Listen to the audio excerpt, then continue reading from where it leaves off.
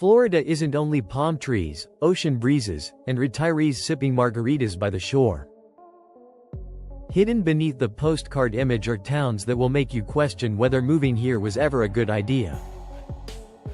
Welcome to the top 10 worst towns to live in Florida right now, where we pull back the glossy curtain and show you the cracks in this so-called paradise. Sure, the Sunshine State has stunning beaches and booming real estate, but it also has cities plagued by crime, failing infrastructure, and rising unemployment. If you're considering relocating to Florida, tempted by a bargain housing deal, or just curious about the state's rougher side, this countdown is your reality check. We'll uncover the downsides no realtor would ever mention, from dangerous neighborhoods to struggling communities fighting poverty and decline. So before you unpack those flip-flops, stick around as we dive into 10 Florida towns you may want to cross off your relocation list. Number 10. Gainesville. Gainesville is home to the University of Florida, Gator pride, and crime statistics that can make even the toughest campus security guard uneasy. On the surface, it looks like your typical college town: tree-lined streets, quirky cafes, and enough orange and blue merchandise to fill a stadium. But behind the excitement of game days lies a troubling reality. The violent crime rate here hovers around 739 incidents per 100,000 people, about 155% higher than the Florida average. In a city of 145,000, that translates to a 1 in 135 chance of becoming a victim in a given year. Property crime is also rampant, with roughly 2,800 incidents reported annually. The divide is stark. One side boasts the polished UF campus, while the other faces neighborhoods where bicycles vanish faster than pizza at a frat party. During football season, theft spikes so much that local police issue warnings every year.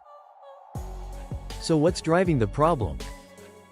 A mix of transient student populations, economic inequality, and a nightlife that can turn chaotic fast.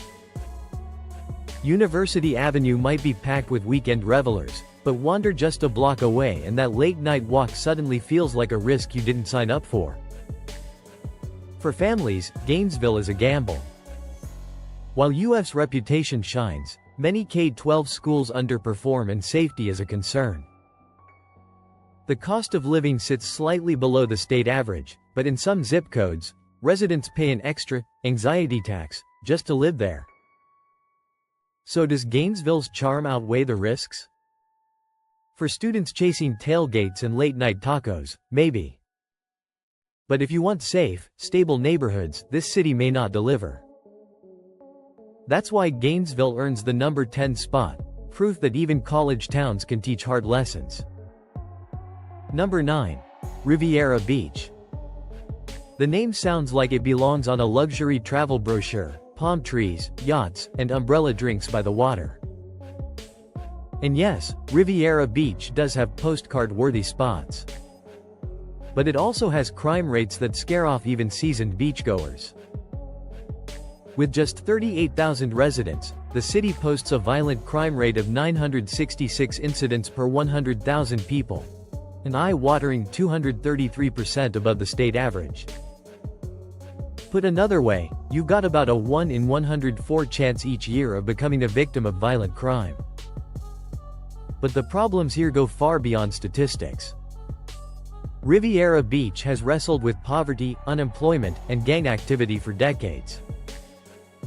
Despite being part of wealthy Palm Beach County, it's a stark contrast to its glitzy neighbors.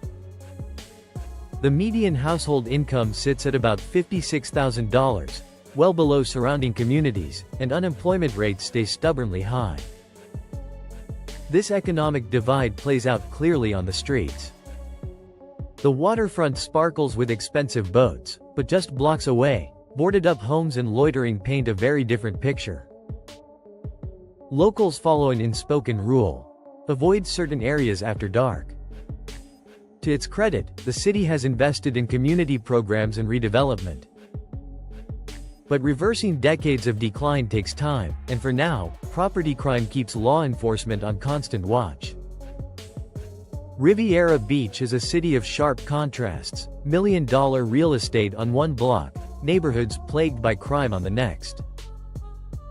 It doesn't rank higher because it still has redeeming qualities: a beautiful waterfront, a lively boating culture, and pockets of safety. But without careful planning, moving here could deliver a reality check few newcomers expect. Number 8. Daytona Beach. Say, Daytona Beach, and most people think of sand, surf, and spring breakers chasing the party life.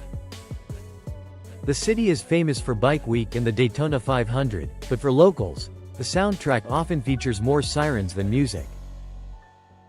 Daytona's violent crime rate sits at 918 incidents per 100,000 residents, about 211% above the Florida average, giving locals a 1 in 109 chance of becoming a victim.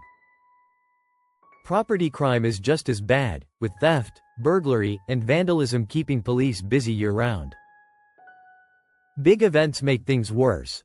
During Bike Week alone, officers make over 200 DUI arrests and respond to hundreds of public disturbance calls. And it's not only seasonal chaos. Even when the tourists leave, Daytona struggles with poverty, gangs, and drug trafficking. The poverty rate sits around 21%, far above the state average, and that desperation fuels the city's ongoing safety issues. The irony? Daytona's beaches are gorgeous, the weather is nearly perfect, and the cost of living is lower than other coastal Florida spots. But that affordability comes with a hidden cost: higher crime and instability. So who's Daytona really for? If you thrive in non-stop chaos, love big events, and don't mind the risks, it might work. But if you're seeking a safe, family-friendly place to settle down, Daytona is better enjoyed as a weekend escape, not a permanent address. Because here, the party never ends, and neither do the problems. Number 7. Cocoa. Cocoa, sweet-sounding name, but life here is far from sweet. On paper, this Brevard County city seems like a slice of the Space Coast dream. Palm trees, proximity to the ocean, and Cape Canaveral practically in your backyard. Sounds like a lifestyle upgrade, right? But dig into the numbers, and the picture shifts dramatically. The violent crime rate in Cocoa sits at 712 incidents per 100,000 residents, around 165% higher than the Florida average. Property crime? Even worse, with an eye-popping 4,389 incidents per 100,000 residents. Statistically, you've got a 1 in 23 chance each year of being a property crime victim. Translation: you're more likely to have your car broken into than catch a rocket launch. And the issue isn't confined to bad neighborhoods. Burglary and theft spill across the entire city, from the busy US 1 corridor to quiet-looking residential streets. Locals have learned the hard way: if it isn't locked, chained, or bolted down, expect it to disappear. Bicycles, grills, lawn ornaments, nothing is safe. Cocoa's economic situation feeds this cycle. The poverty rate here is over 27%, more than double the national average, while the median household income sits at just $46,000. With limited job opportunities, crime becomes a fallback for too many, leaving law enforcement constantly playing catch-up. The contradiction is striking. Cocoa is surrounded by world-class beaches and sits minutes away from booming aerospace industries. Yet, for most residents, that dream feels out of reach. Like living beside a Michelin-starred restaurant but surviving on instant ramen. Schools don't offer much reassurance either. Many public schools rank below the state average in both academics and safety. Though some neighborhoods are working toward revitalization, progress remains slow and uneven. So, is Cocoa hopeless? Not entirely. With smart choices, heavy security, and a willingness to live with one eye on the beach and the other on your home security app, you can make it work. But for many, Cocoa is proof that being near paradise doesn't mean you're living in it.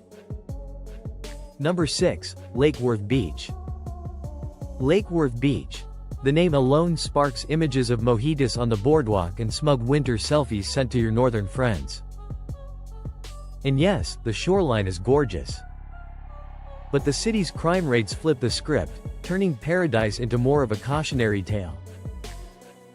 Violent crime here hits 939 incidents per 100,000 residents, nearly 200% above the Florida average. That gives you a 1 in 106 chance each year of being a victim. Property crime also runs rampant, with 3,234 incidents per 100,000 residents. In Lake Worth Beach, car break-ins and burglaries are about as common as seagulls hovering near the pier. What makes this even more striking is its location: Palm Beach County, home to some of Florida's wealthiest zip codes. Yet Lake Worth Beach couldn't be more different. The poverty rate is about 23%, median household income under $54,000, and the contrast with its glitzy neighbors is impossible to ignore. It's like living in the shadow of a mansion while patching leaks in your own roof. The downtown has charm during the day, murals, cafes, and artsy restaurants. But locals know the reality. Certain neighborhoods are no-go zones after dark. Gang activity, drug trafficking, and robberies continue to weigh down the community despite policing efforts. In 2025 alone, the city reported nearly $37 million in economic losses linked directly to crime and property damage. The struggles don't stop there. Aging infrastructure, poorly maintained public spaces, and weak code enforcement drag on quality of life. Schools add another layer of concern, with many falling below state averages in both academics and safety. Still, Lake Worth Beach has undeniable bright spots. Its shoreline is stunning, the cultural scene is vibrant, and the artsy vibe gives it character. But those perks come with heavy trade-offs. Living here means investing not just in ocean views, but in serious security. So should you move here? Only if you're prepared to enjoy the scenery while staying vigilant. Because in Lake Worth Beach, paradise often comes wrapped in caution tape. Number 5, Lake City. Lake City. The name suggests a calm little town tucked away in north-central Florida. But the reality? Anything but calm. Marketed as the gateway to Florida, many locals say it feels more like the gateway to trouble. At first glance, it looks ordinary: gas stations, fast food spots, a pit stop off I-75. But stick around, and the statistics hit hard. Lake City has one of the state's highest violent crime rates: 1,547 incidents per 100,000 residents, nearly 4 times Florida's average. That means a 1 in 65 chance each year of becoming a victim. Property crime is just as alarming at 4,322 incidents per 100,000. Own patio furniture here? Better chain it down. The root cause? Struggling economics. The median household income is around $50,000, while poverty hovers near 20%. With limited jobs and low wages, crime thrives, and stretched thin law enforcement can't keep pace. Unlike some towns where crime is localized, in Lake City it's everywhere: residential areas, shopping centers, even near recreational spots. Locals know where not to be after sunset, but even safer zones aren't immune. Tourism doesn't provide much of a boost, either. Surrounded by springs and natural beauty, the city has the scenery but not the economic lift that comes with it. Instead, you get a paradox: stunning outdoor attractions shadowed by constant unease. For families, schools are a mixed bag. Some perform decently, while others lag in academics and safety. Housing is affordable compared to coastal towns, but affordability here comes with a steep cost in security and peace of mind. Lake City looks harmless if you're just passing through. But settle here unprepared, and you might end up part of next year's crime statistics. Unless you're seeking high-risk small-town living, This gateway is best left behind you. Number 4. Pahokee. Pahokee. Locals call it the Muck, thanks to its fertile soil. But the nickname also fits when you take a look at the crime statistics. Nestled along Lake Okeechobee, this town of just 6,200 has postcard-worthy scenery, but daily life feels a lot closer to a police report than a travel brochure. The violent crime rate is 1,081 incidents per 100,000 residents, about 272% higher than the state average. That's a 1 in 92 chance each year of being a victim. And in a small town where everyone knows each other, anonymity doesn't soften the blow. The struggles here are rooted in poverty and isolation. Pahokee's poverty rate is a staggering 33%, over twice the state average, with median household income just $38,000. Jobs are scarce, unemployment is high, and opportunities for upward mobility are limited. Its remote location only makes things worse, with fewer resources, fewer services, and slower emergency response times. Gunfire at night is something residents know all too well. Despite this, Pahokee has a tight-knit community. High school football is a point of pride, and the town has produced more than its fair share of NFL talent.